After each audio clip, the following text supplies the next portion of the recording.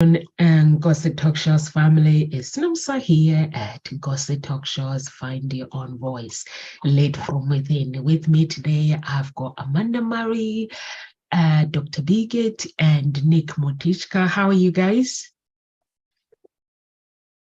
Good, thank you. Awesome. So our topic today, let me switch off my phone. Sorry. Our topic today is how to overcome childhood emotional neglect. So I chose this topic because I've been talking to my friends, and I thought they had an amazing upbringing because they're very close to their parents. But when I start talking to them about their childhood, they feel that emotionally they were neglected by their parents. They were neglected, their emotional needs were not met through their childhood. And also the attention, I think lack of attention and lack of understanding. And they believe that their parents gave them everything that they thought they needed, material-wise, but emotionally, they were not there. So that has caused them feeling neglected. So what do you guys think about this topic? It's a very interesting topic, Imsa. And in a very interesting way, sometimes it's a little bit common in Asian family, Asian culture and things, and partly because we like to teach our kid to be strong, so to say.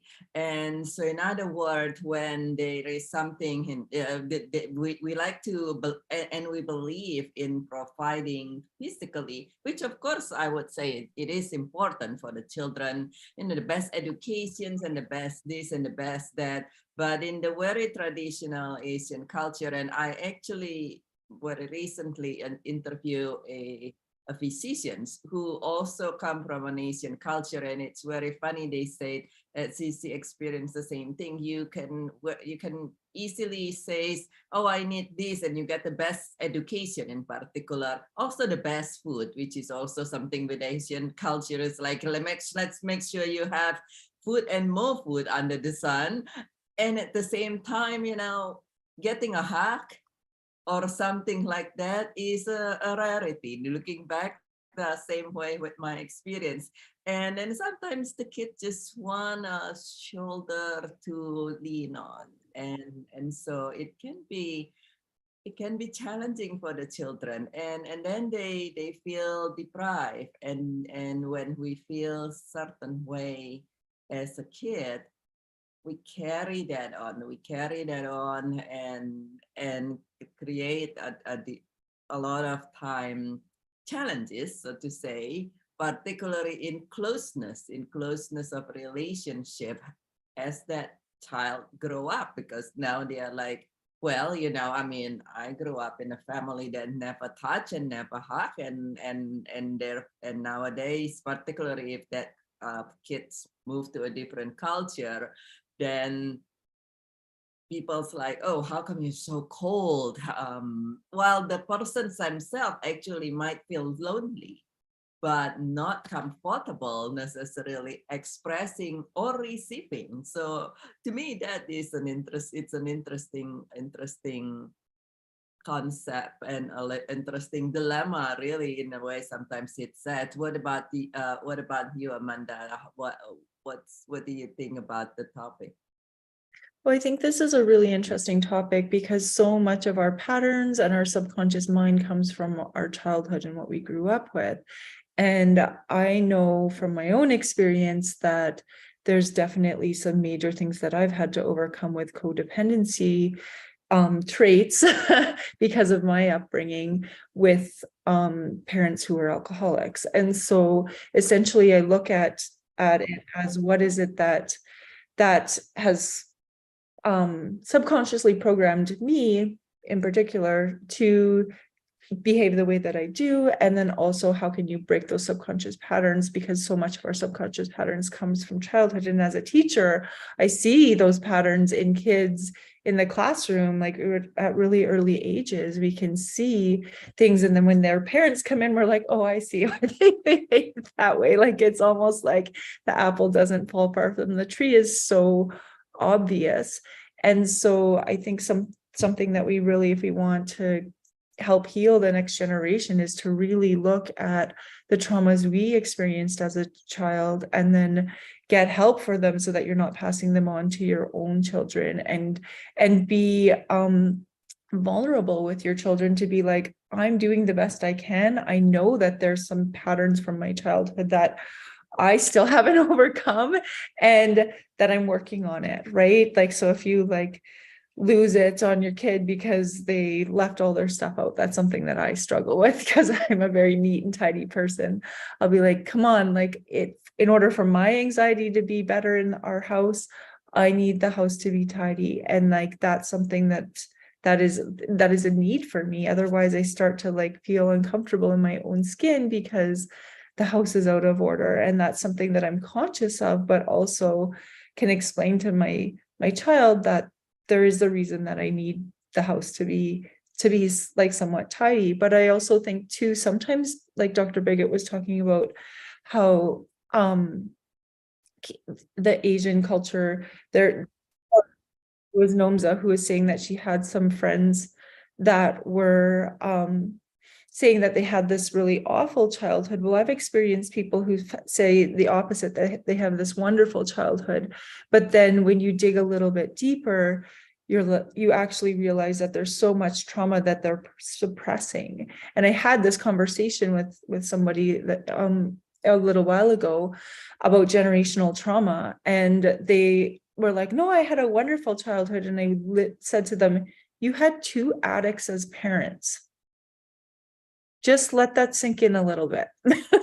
Like, I know for a fact, because you have 2 addicts as parents, that there's generational trauma that you are clearly blocking. And maybe you need to go see somebody about that, because in your mind, you had this wonderful childhood, but I know the neglect that happens with addicts.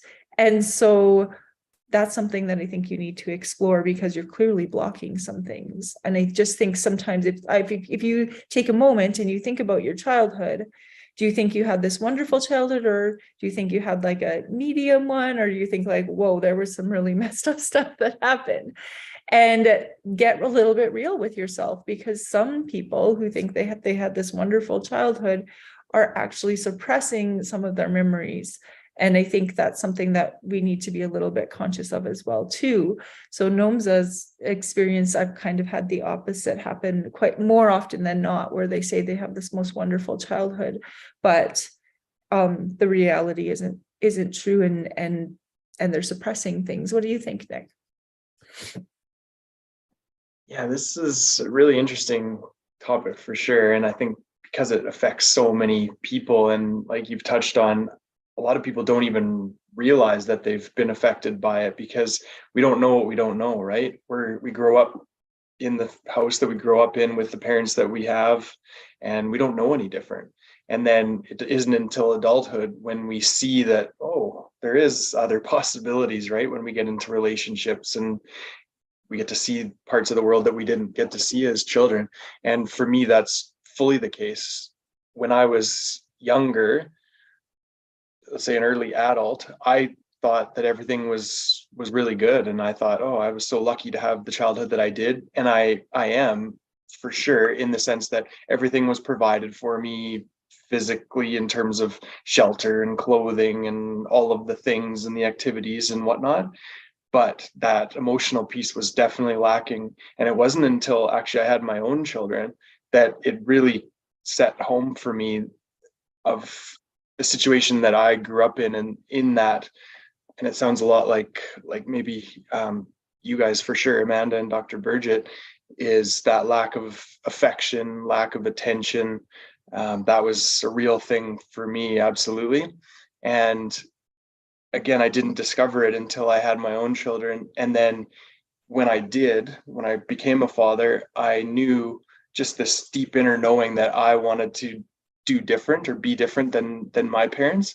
And so I'm really trying to undo all those patterns. Certainly not always easy. Like Amanda, you mentioned with some of the triggers, I have the most struggles I have in my life right now are all kid related and parenting related. 100% right now. And I think because they're just little mirrors, right? And they show us where we're unhealed and where we're still have some work to do. Absolutely. So it's definitely an ongoing process, but no, this is definitely an interesting topic and a super important one, because these unresolved or even unacknowledged traumas and patterns and things that are running in the background are causing us problems in our adult lives every day. So this is a good thing to talk about. Absolutely. How about you, Nomsa? I just love that. I love what Amanda, what Dr. Bickett said. Asian families, it happens to Asian families and also African families as well. And the more I get to know British culture as well, the more I realize that actually in the UK is actually big, where parents neglect their children and also they sweep it under the carpet and they don't want to talk about it. And I'm with you on that one, Dr. Bickett. In Africa is very big. They say when your parents are providing for you, education is the most important thing. If you are educated and when you finish education, you have to find a good husband and that is your life finished. Good husband, good job, and that's done. But my family are different. But for me, I was affected having step parents. That affected me emotionally because I had my dad. I was very close to my dad, very close to my mom, and very close to my stepdad. And with my stepmom, there was a bit of confusion that I couldn't understand. But now that I'm older, because she got married to my dad when I was 8 years old, and my dad and my mom divorced when I was 8 months, but then I grew up with my dad. My mom had to go back to school. I was so close to my dad being the last born between my mom and my dad. So when she came into the picture, that bond between me and my dad, we had this thing where my dad eats food. I'm there, I share food with my dad. I go to sleep. If they put me to bed like at 7 o'clock, midnight, if I hear my father's voice, I'm up. If he doesn't put me to sleep, I'll be up. So I think that created the intention that she felt that my dad loved more than her, but my dad loved all his kids and he loved her as well. But that created her wanting like that jealousy. So I felt that why can't she just accept me as a person?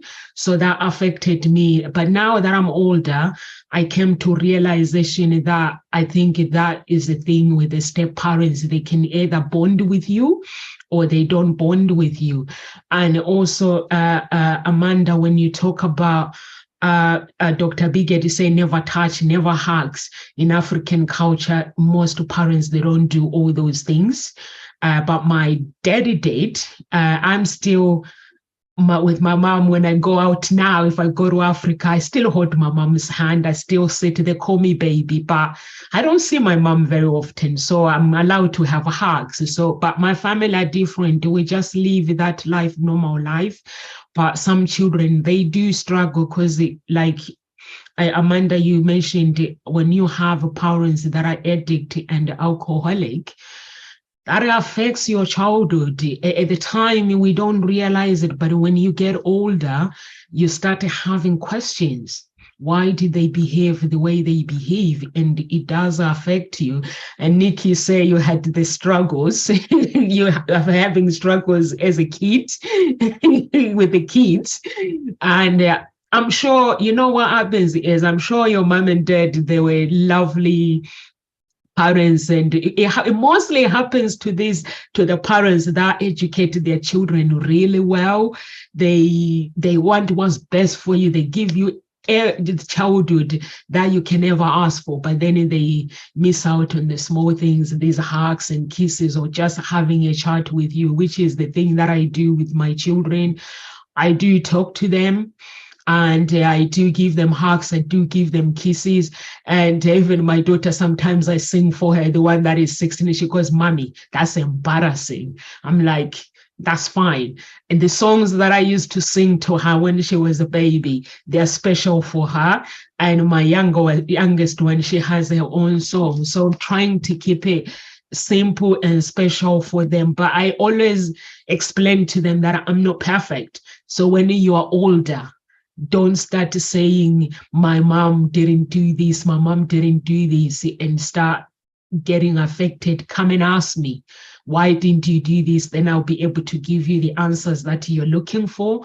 If I'm not doing things perfect when you're older, come to me and ask me. So they know all those things that they can come and ask. But it is a tough. What about your culture, Dr. Biget? Because I know you guys are based in the US, but you are not from the US, aren't you? No, no, and as I mentioned, the Asian culture are very we don't sing to our kids. The Asian culture a lot of time are very much into also achieving, right? And in other words, in many of a little bit depend and different and everybody, but in the very traditional, already accomplished family, in other words, family who themselves are successful, not only we often don't have the closeness, whether it's the physical, and for kids, because the way children, there is a saying in other words, first of all, actions speaks louder. So you can say to your kid, "Yeah, I love you," but if you not touch the kid and all you do, this is the other part, is to, in the kid's mind, to demand that the kids to do better and better. And I mentioned this person whom we interview, excuse me, and we were joking that the parents, depend on the parents in there, they would say, "What do you mean you only get an A, a straight A? Where's the plus?" But yet, where's the plus on the A? and that can be a little bit challenging for any children. I would say it's a good drive. It's a good drive to make us super accomplished. We grow up in the culture. It's like, well, when you grow up, you better choose to either become a doctor, a lawyer, or an engineer, because nothing else is good enough. Don't do community service, you'll go starve, which is very true in this culture to a good degree. If you want to provide well to your family, those are the three occupations that you can provide well, so to say. So there's a little bit of a reason with that, but it is definitely when the kid grow up, it can, like Amanda and Nick mentions, it can influence how we do things, and then for some particularly, even if the family don't go through a divorce and separation, but particularly if they do, it can cause this abandonment complex, and many people label the adult children with this and that and this and that behavior. But I prefer to look and say, okay, what is the reasons you behaving this way and that way, and address that instead of labeling the adult, so to say, one way or the other. Beneficial for diagnosis, but then people start labeling themselves as well, which then trap them. But it is a very interesting culture in that aspect. That sometimes and I know there are some similarity to the British cultures. Here in the US, people are more open and people are more kind of like embracing there's these things of the loud and expressive American. So it was quite an interesting thing for me to come from a conservative culture, and we were taught in that cultures you don't even look at people. For women from certain background, you don't look at people and this and that when you speak with them, and God forbid if you ever show your teeth. It is absolutely impolite. And then you come to the US and people's like, why are you so rude? Why are you so arrogant? I was like, what? So it was interesting. So what about you, Amanda? How has it affected you and the challenge you discover as an adult? I was thinking a lot about the topic on neglect and how some people, Nomza was saying, they push it under the carpet, but I think too sometimes we have to come back to what is it that we need or needed as a child, to think about that. And then also kids need different things, and sometimes we're not aware of that. So if you look at the book, The 5 Love Languages, you can be in a relationship with somebody and not feel loved because you're not getting your love language or your dominant love language. There's a book that they made as well called The 5 Love Languages of Children. And so if you are a parent that like showers your child with gifts, but gifts isn't your child's love language, they're going to feel neglected because you're not filling their love language. And so I think sometimes we really need to take a step back and look at what is it that my kids need to feel loved, because what you need to feel loved may be different than what they need to feel loved. And that's kind of like a giant wake-up call. Like I remember reading the 5 Love Languages book like a number of years ago, and I was like, oh, this is why like I don't care about gifts. This is why I care about these things, right? And that's what makes me feel loved and cared about. And so when I had my daughter and I've been divorced and everything, so I recognize that there is definitely going to be trauma for her. And so what can I do to minimize that? But also what can I do to like have empathy for her, put myself in her shoes, and then try to find the best way to make her feel loved in the situation that we have. And I think sometimes parents don't actually take that step back and think about those things because they're too busy trying to figure out themselves. And I know that's something that is a lifelong journey. And sometimes we just need to take a step back and be like, okay, what about this situation is causing me to react and behave from my patterns and behaviors that I developed from a neglectful childhood? And then what is it that I can do to minimize that impact for my child or the children around me? And so a lot of the students that I have, and I just had a conversation with them yesterday about bullying because somebody was writing mean notes about somebody else in the classroom. And we had this big conversation about how they're not going to remember any of the details of what I've taught them in class. They're not going to remember what I taught them about fractions or about the regions of Canada. Nobody cares in the long run. Like they're not going to care about those details. From what you're going to remember from grade 5 really is how I made you feel and how the kids around you made you feel. That's the one thing that's going to stick out. I said, go home and ask your parents, what do they remember about grade 5? I guarantee you it's not fractions or the regions of Canada. Think about it. What do you remember about grade 5? And then 2, how do you want other people to look back and remember you? Because if you're the one writing those mean notes, that's what people are going to look back and remember you by.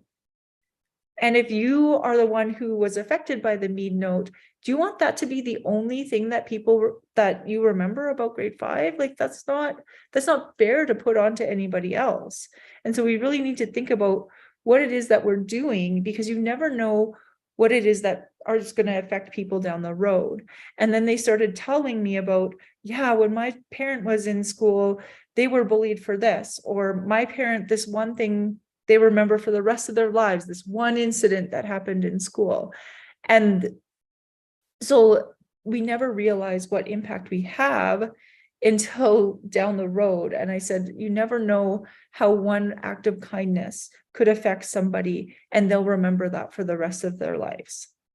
Or how one not nice act, somebody could remember that for the rest of their life too, because you don't know how that's going to impact somebody. Somebody might, who has different strategies and coping mechanisms and resiliency, they could just wash it off and they'll forget tomorrow. But somebody else who doesn't have those resiliencies built up within them might hold that stuck in their bodies and in their mind for the rest of their lives. And you don't know if that's going to affect them or not. And it could even be just that day that it affects them, because they had all these other things happen to them before they came to school. And this is just the wrong day to affect somebody in a negative way. And so sometimes I just really think that we need to be gentle with ourselves and maybe try to be gentle, a little bit more gentle with other people, because we never know what it is that they're going through or what background they had to cause them to act the way that they do. So like Dr. Bigot was saying about how people viewed you as cold because of your upbringing, when really you're not a cold person at all. You're a very warm person. And you put out light to the world, but how it could be viewed as cold because of your culture, right? And so sometimes I think too, like we take a step back and go, oh, why would somebody think of me that way when I don't think of myself that way, right? And it's sometimes that upbringing piece that we don't understand the complexities of. And so with that childhood neglect, maybe it's time to like really take a deeper look into yourself and what sort of things happened within your childhood that cause you to be reactive now, and maybe take a little bit of a step back and be like, wow, how can we raise the next generation to not have as many traumas as we grew up with? Yeah, I've come to the realization through my previous life that the root of almost all of our problems in society is unresolved trauma. And it can be something as simple as a child that wasn't, given the affection that they needed right up to, the most serious, crazy things that happen in the world. And these unresolved traumas, they don't just go away. They manifest themselves in all sorts of different ways, as we all know and have seen and experienced in our own lives. And I don't have a magic answer how to resolve those traumas, obviously. And I mean, it's different for everyone and depends on what the trauma was.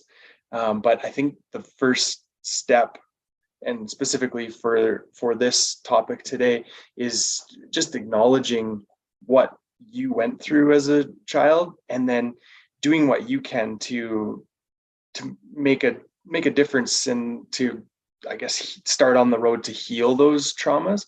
And for me, I'm still figuring it out for sure, but it's been a lot of inner child stuff that I've been trying to do and, kind of go into it a little bit and then forget about it for a while and then, oh, okay, I still have some stuff to deal with, and then go back and try and deal with it. And it's, I guess I'll just describe kind of what my process looks like for that inner child stuff. And it's always, for me, I'm always 7 years old whenever I like go to my inner child. And I don't have a specific thing that I can pinpoint of what brought me back or what brings me back to that age. But it's super interesting because my most challenging child is 7 years old right now. So like trying to like put myself in my own inner child's shoes while dealing with my real child, I guess, or my present child.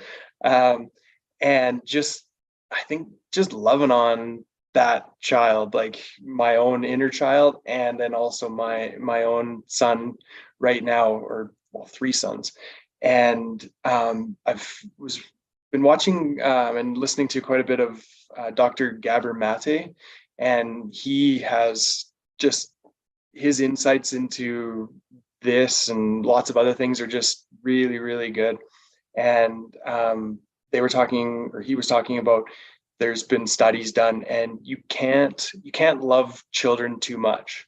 It's just not possible. I mean, you can coddle them, like that's a different thing. That's not like a love from a healthy place, like a codependent kind of situation. Obviously not healthy love, but proper healthy attachment. You cannot love children too much. Through studies, they showed different, obviously, parent groups and child groups, and they looked at them 20 years down the road, and the most successful group was the ones that were just like what I think a lot of us from the outside would look at as like doting and like almost too much. Those were the most successful adults. So it's kind of interesting realization for me, because I sometimes get caught up in that too, is thinking about, well, yeah, but I want to make them a little bit tough, right? They got to be able to be resilient in the world. And it's like, that's not the case at all. You, as like a young child, making them tough by not loving them is just, it's not helping them is at the end of the day. And then going, just preparing for this talk today, just looking at some of the, I guess, symptoms of what this looks like when you were emotionally neglected as a child. And so I'll just read out, there's 5 points here. And so one of them was struggling to speak up for yourself, awkward when people check in with you, like emotionally check in with you, like truly from an authentic place checking in with you, and it's just like an awkward situation for you. Imposter syndrome, difficulty sharing emotions, and being lonely and unable to connect with others. And for me, looking at that list, it's like check, check, check, check. There's quite a few there for sure. And so it's an ongoing struggle for sure for me, having, like I described, growing up in a household where I was given physically what I needed, but not that emotional piece. And then it's just really kind of coming home for me, just with my kids the age they are right now, and just doing what I can to not continue this cycle of just neglect, I guess, and trying to do the best for the next generation. But as far as like how to actually deal with your emotional, the neglect that you felt as a child, it's going to be different for everyone, and unfortunately there's not a one size fits all answer at all. But I think just acknowledging it is a big part, and that's kind of where I'm at, is just acknowledging that I experienced that and checking in with that inner child and just loving on them, and just trying to do better moving forward is kind of where I'm at. I'm not sure if I'm doing it right, but that's my story for sure. What do you guys think? Nick, when you say you take all of them, you realizing that, yes, I think we are all work in progress.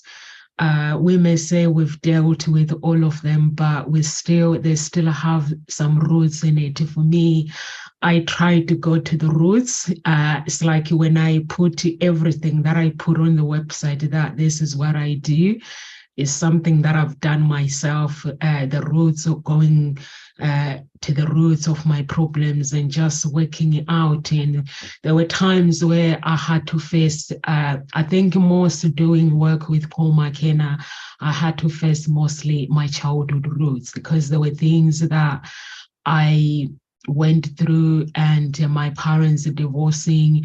But it was good because I was a child. I don't remember the divorce. I was told by the divorce. I don't remember anything. My oldest, they remember, but I don't, because I was the youngest. So for me, it was good. But the part that I had questions was because my dad worked away as well. And then he would come home, and then my mom going away as well, working, studying, and after starting working, my dad making a decision. But in that point, his decision saying, I don't want my child to be raised by another man, and having that agreement, I came to an understanding. But I had questions. Why my mom didn't actually raise me? Why didn't I go with my mom? But the more I ask questions, the more I go and ask my mom. My mom explained that, Nomsa, your dad wanted to look after you guys, and I was very young. He finished his university. I didn't finish education, so I had to go back to school. And those were the things that were affecting me, questions that I had. But if I didn't ask them, it would have, I think, it keep affecting me and affecting me. But when I was going through the deliverance, I had to ask questions to my parents. And when you do that, you realize that actually, and also, Amanda, you mentioned that children, whatever you teach them, sometimes if you ask them later, they won't remember, but they will remember how you treated them. Even myself, I remember teachers were nasty. That's all I remember. The good ones, I'm like, when somebody reminds me, I'm like, oh, that one, she was really good. I was like, that one, she's so nasty. So those are the things that I remember. But if you ask me, what I did at school, in primary school, I can't tell you. The only thing I remember is the stage. Anything else I can't tell you, but I remember the teachers, how they made me feel as a child. So I agree with you, Amanda, when you say all those things. And also, there are some people when they get older, they, like Amanda, you said at the beginning, that people, they ignore their feelings. For me, when things were not going well with my relationship, that's when I realized, actually, I think it's my inner child that is crying to confront the past. So I had to confront the past, but it wasn't easy. It was really, really, really tough, but I had to do it. And, when you do all those things and then you start realizing, actually, my parents are not perfect. That's why I don't go and work away with my children. I'm always with my children. If I go away, it's either it's for the day somebody picks them up, but it doesn't happen very, very often. If I travel away, I travel Friday, they come with me, and then we back Sunday. So I'm always there for them to make sure that I'm there, because I know how it made me feel for somebody else to raise me while my parents are not there. So I always look at other children that they go to after school club every single day, breakfast club, after school club. I'm like, I can't do this with my children, because I don't feel guilty. I know money is good. Money is good. When you have it, is good. But that can affect the children, because when they are older, emotionally, they will say, you chose money over me. So I'm always there for them. Even though when they are older, they always find something to complain. But that's absolutely fine. And also, Dr. Bigot, you said parents, like Asian parents, you have to be a lawyer, doctor, or an engineer. That's what African parents do. But for me, my parents are made it very clear. My dad was, because when you are a teacher, my father, when Amanda talks, she reminds me of my dad. My dad was a free man that he just listens to you. Quality time was important for him. You talk your feelings. He'd be like, what feelings? What do I know about feelings? So he'd be like, at the time I was like, what are we talking about? So we'll talk, we'll get up at 4 a.m. and we'll have a chat, and then I go back to sleep after an hour. So he will be checking out if I'm happy or anything that I'm not happy about. So things like that. But he wasn't perfect. And those things that when I'm older, I started picking on them. And that's what African parents do. African parents, you grow up, you got to be a lawyer, you got to be a doctor, you got to be something. They'll do anything to actually travel for money, to work even anywhere, so that they can pay for their children good schools. They will send children in boarding school. I had a choice when my daughter was going to school, secondary school, boarding school. She wanted to go to boarding school. I was like, no. simple because at the time, when a child goes to secondary school, they are like 12. They don't really understand. They're still growing up. They still need you. So she was like, she wanted to go to a boarding school. We went and saw the school, but then I changed my mind. I was like, no, you're going to have to go to a day school, private school. Then you'll be happy there. They do everything. And then when you're older, if you want to go to a boarding school, you can go. But then it has to be, I need to make sure that's what you want. You're not just saying boarding school because your friends are going to a boarding school and her friends did go boarding school. So I said no. But now that she's older, she's happy that she didn't go to a boarding school. And now I'm happy. But my youngest one now, if she says that she wants to go to a boarding school as well, she ain't going. I'm just going to hold on to her maybe 2 years or 3 years. If she still wants to go, she can go.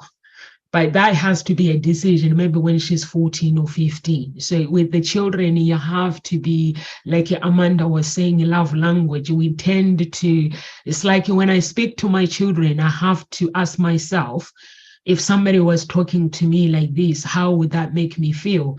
And even their dad, he goes, why do you give them a choice? And I'm like, why do I give you a choice? You give you a choice because you're a human being. And it's like, by these kids, they're kids, and my children, they'll be like, we have a choice. We have to have a choice. And my daughter, she's 7. She'll be telling her dad the reasons why choices are important. Because they are important. To me, children, we still have to treat them like us. But we have to have boundaries. I have boundaries with my children, but I treat them the same way like I treat an adult. I ask them, do you want to do this? Or don't you want to do this? Or if the food, but when it comes to food, I know they're going to play me. So I always say, if you are not allergic to the food and the food is healthy, you can eat it. And they are like, because if you give them a choice, they always choose the junk food. So I always make sure they eat healthy, but you have to have boundaries and also know that you are not perfect as well. There are some parents, they feel guilty, but you don't have to feel guilty. Be there for them, but don't spoil them too much as well. I'm against parents that spoils the kids. You find the kids, they do whatever they want. And they've got all Gucci handbags going to school. And I'm like, my daughter, she carries a school bag. And I said to her, you can buy that later when you're older with your own money, not with mine.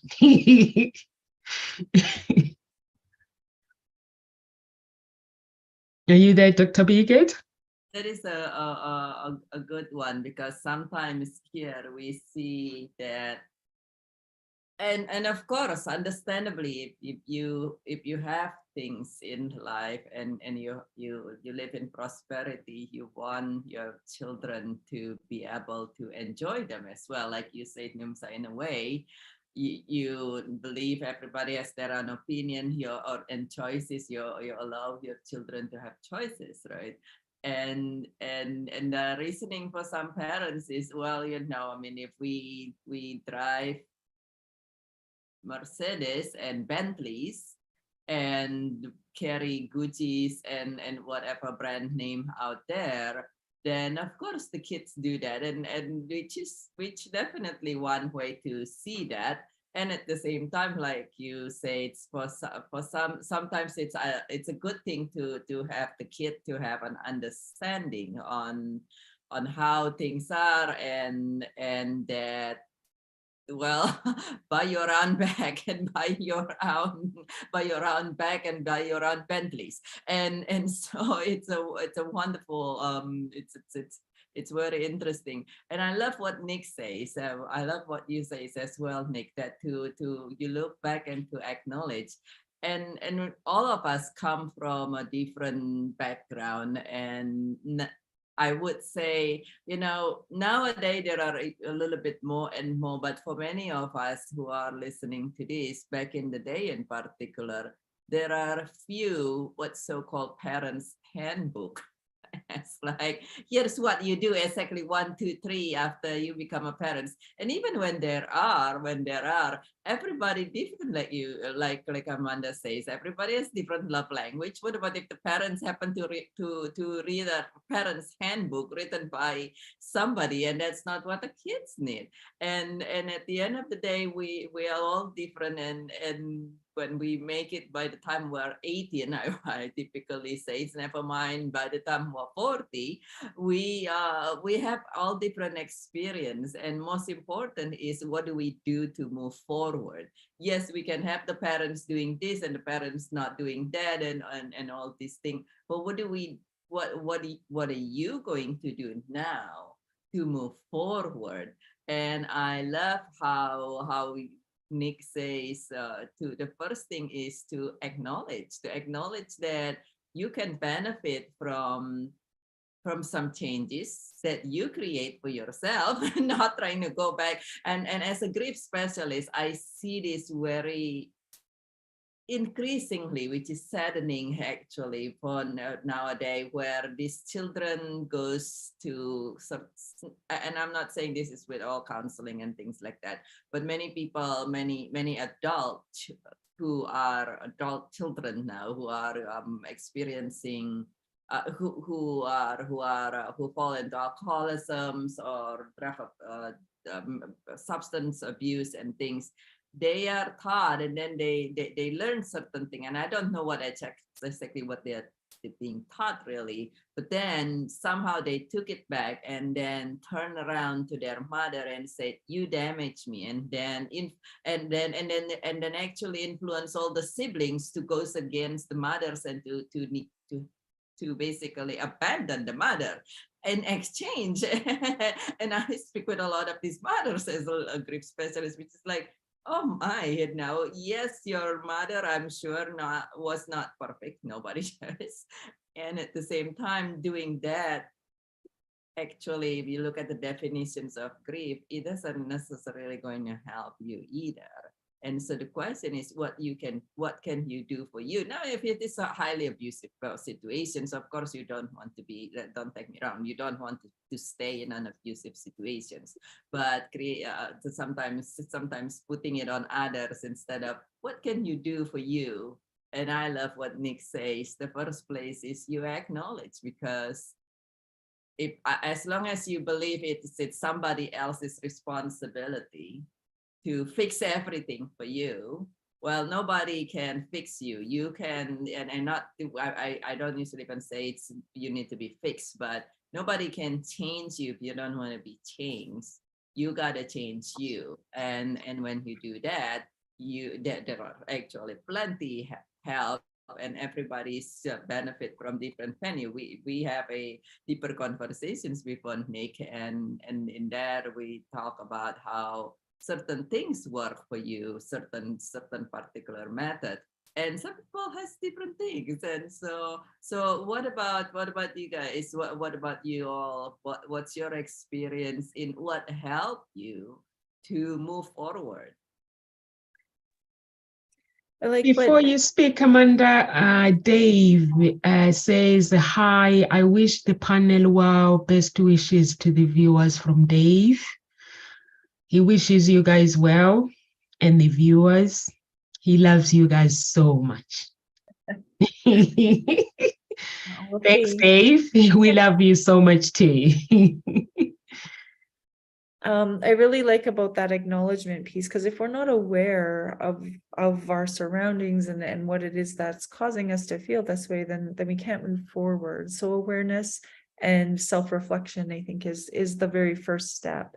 And then you can start seeking out different things that are going to help you heal from those traumas. And like Nick said before, that we're all going to need different, there's not one size fits all, or take this magic pill and it's going to make everything better. You're going to need a variety of techniques to overcome some of that childhood neglect. And you could take 5 steps forward and then 3 steps back, and then 5 steps forward and then 3 steps back. And that's the journey that you have, right? And so I think some of it is being gentle with yourself, but awareness is really the first step. And I think about too, how we can help other people too by telling our stories so that they know that they're not alone, because so many people wander through life feeling like they're the only ones that have had a neglectful childhood, or they're the only ones who are stuck in an abusive relationship. And when you start to actually speak up and tell your story, you'll begin to realize that, whoa, you're actually not alone. And there are people who have also been through similar things to you. And what I really like is that resiliency piece, is that there's so many people out there. They could have two very similar situations. One becomes like probably what Nick dealt with in the police services, and then one actually like goes the complete opposite direction and uses that struggle and turns it into their power. And if you look at a lot of different like very successful people who've overcome trauma, you look up to them because they've overcome those things that they struggled with. Like I know Oprah had like a really rough upbringing, if you ever read her stuff, and then she became what she became as very, very famous person, but her childhood was like very messed up. And so you look at that as she could have like became an alcoholic to try to suppress all of what she had gone through, and she didn't. She took that pain and she turned it into her power. And so I question, what in your life can you take your pain and turn it into your power?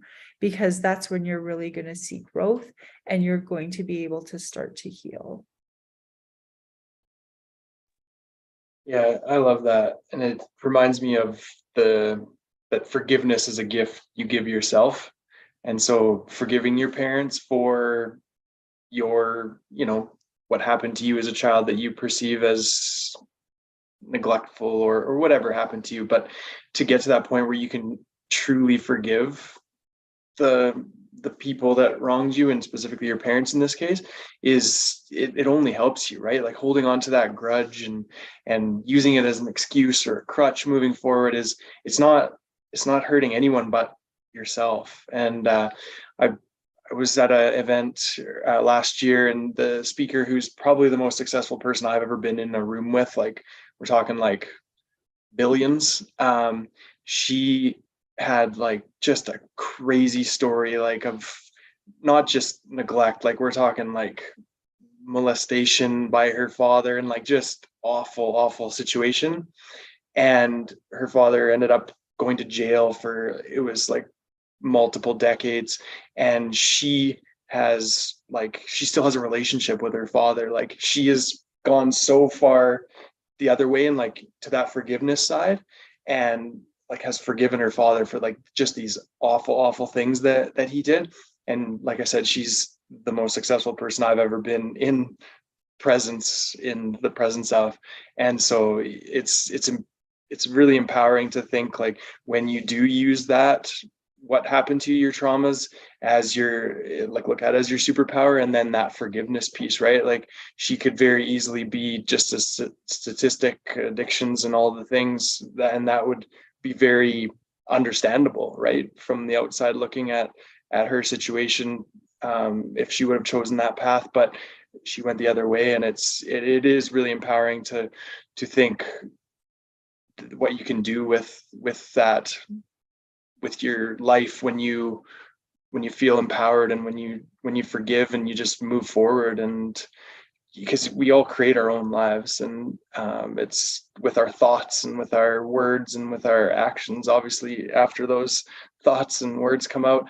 And just remember that holding on to grudges is only hurting yourself, and moving forward with love. And I think that's another important piece, is there's like love is it. Like there's nothing more powerful than that.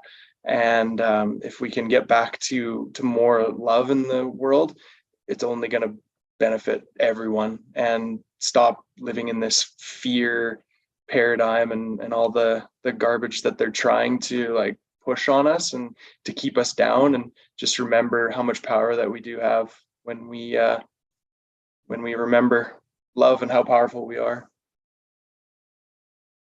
Of that, Nick, I love forgiveness. Forgiveness is powerful, and when you're able to forgive, I've listened to so many stories, people telling me stories, and they work on that forgiveness. It is powerful. I'm just like that. I don't like holding grudge with people.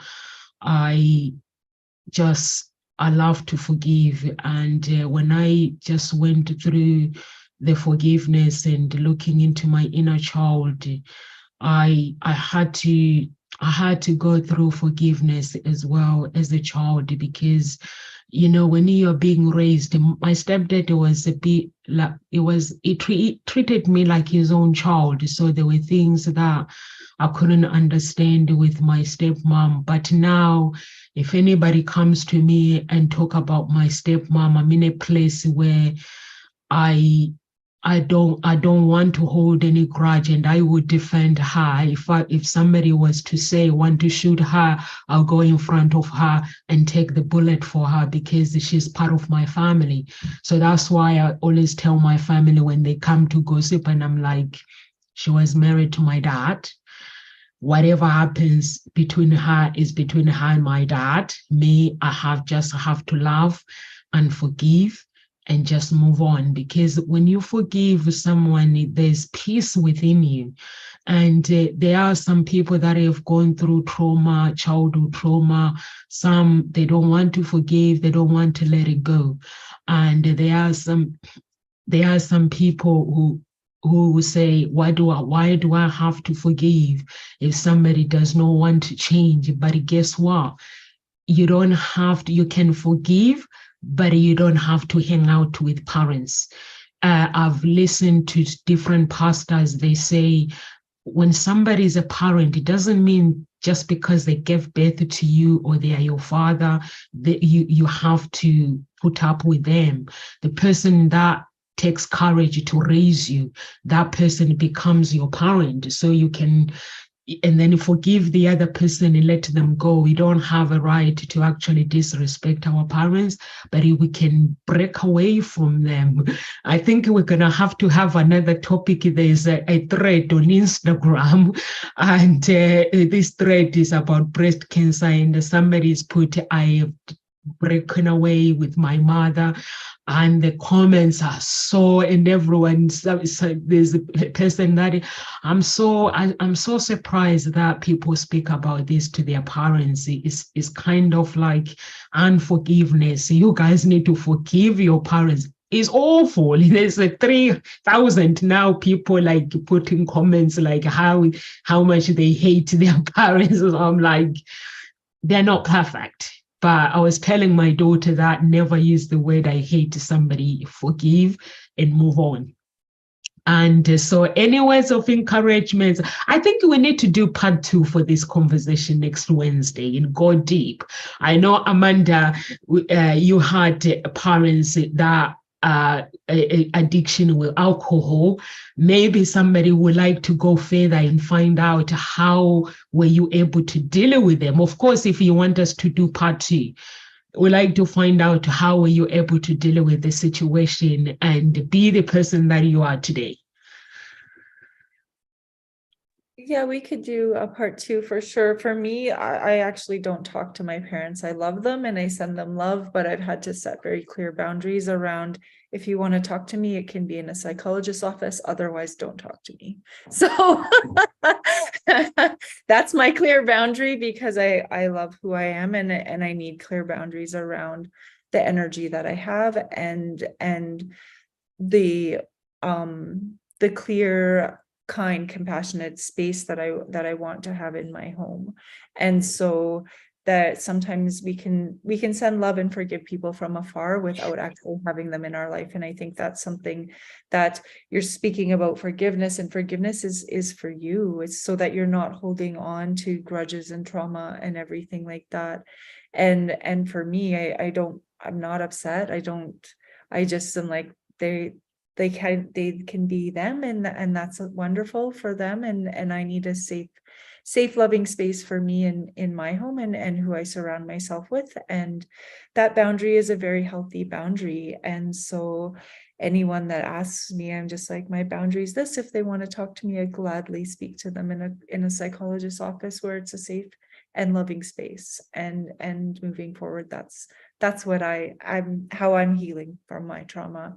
And so, yeah, I hope that if people do want a second take to this, that will go a little bit deeper in how we can learn to forgive and look at forgiveness in a different perspective, because it's not necessarily about bringing that person or people back into your life. It's about learning to really let it go so that it's no longer keeping you stuck.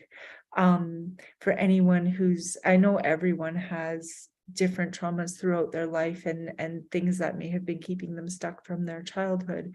And like Nick said, awareness is the first step. And I'm looking forward to going a little bit deeper in another session. I hope everybody has a wonderful day and find some way to connect to their inner self and be mindful today. Dr. Bridget. I love how you create boundary. And as I mentioned earlier, yes, you don't want to be putting the blame on other people.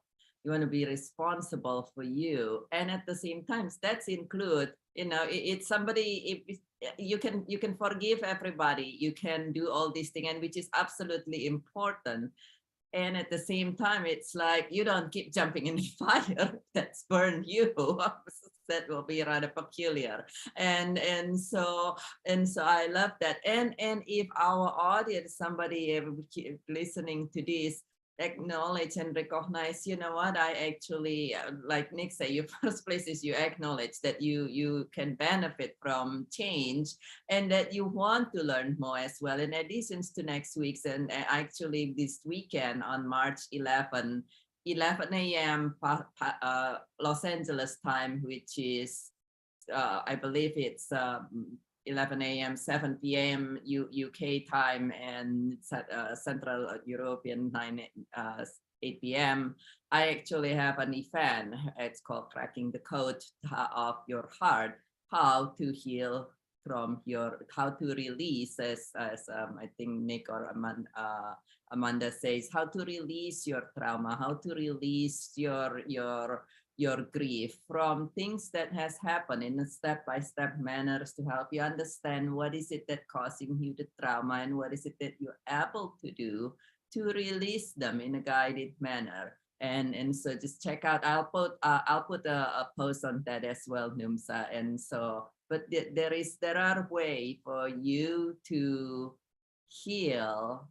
I would say that's my final message for today, but our way for you to be able to fully and completely release this and move forward and do that in an efficient manner. Now, everybody's different, but many people, if this is your first step, then you're welcome to join me. It is a public event on this Saturday, tracking the heart code. And so for today, though, know that regardless of what your past and your history and what anybody has done for you, to you seemingly, that it's possible to heal it completely and fully and to move forward from there and create the result that you want when you are able to heal your heart. As the very famous Dr. Joe Dispenza says, when you heal your heart, you heal your mind. And when you're able to heal your mind, you're able to heal and everything else in your life and create the result you want. Yeah, that's all very great information, and yeah, I would encourage you to check that out, Dr. Bridget's event there, because that's it. Like heart mind, heart brain coherence, when you can get into that place of love, is, yeah, that's the key for sure. And as far as words of encouragement, I would just say choose love, number one. And then Amanda touched on a very important thing, and that forgiveness piece doesn't mean, yeah, you've accepted them and bring them back into your life. And that's not at all the case. You don't even necessarily have to tell them that you've forgiven them, right? It's something that you've done internally, and that's the important part. It's not making them feel better about it. It's not about them, it's about yourself. And just moving on from that, not holding on to that weight, basically, and just move forward in the way of love, which is the best way forward for sure. And that's it for me. Nick and Dr. Bickett, for me as a Christian, I would just say forgive yourself 100% is very, very important. And forgive those who have hurt you. Don't let them hold you captivity, because if you don't let go of your past, you're putting yourself in the cage of success or marriage or affect in every area of your life. So you don't want things to affect you in your life. You just forgive and let it go. And that's the only thing. If it's meant to happen, if a relationship is meant to happen, it will happen natural. And also when you forgive, make sure, it's like when Amanda talks about her parents, there is no bitterness in it. There are some people, like they say they're forgiven, but they're still bitter. So forgive, and when you speak with grace as well, and just help others as well who are going through those challenges that you have gone through, and know that you are loved. And some people, they give up everything up in their lives because their upbringing wasn't what they expected. Look at and listen to Nick when he says the woman that forgave her father. It's a choice, everything we do, and that forgiveness, she's been able to become the woman that she is today. So you can do that as well when it comes to forgiveness. And we are here Monday to Friday. We're going to do part 2 as well, where we're going to go deep and find out where this thing takes us. And live with grace, everyone. If you want to connect with any of our coaches, please do so by going to our page, and Ngozi Talk Show's page. Give us some stars and join the group as well at Ngozi Talk Shows or Unique Billionaire Mindset. And if you are watching us from YouTube, please subscribe to our channel, become part of the family. Live with grace, everyone, and God bless.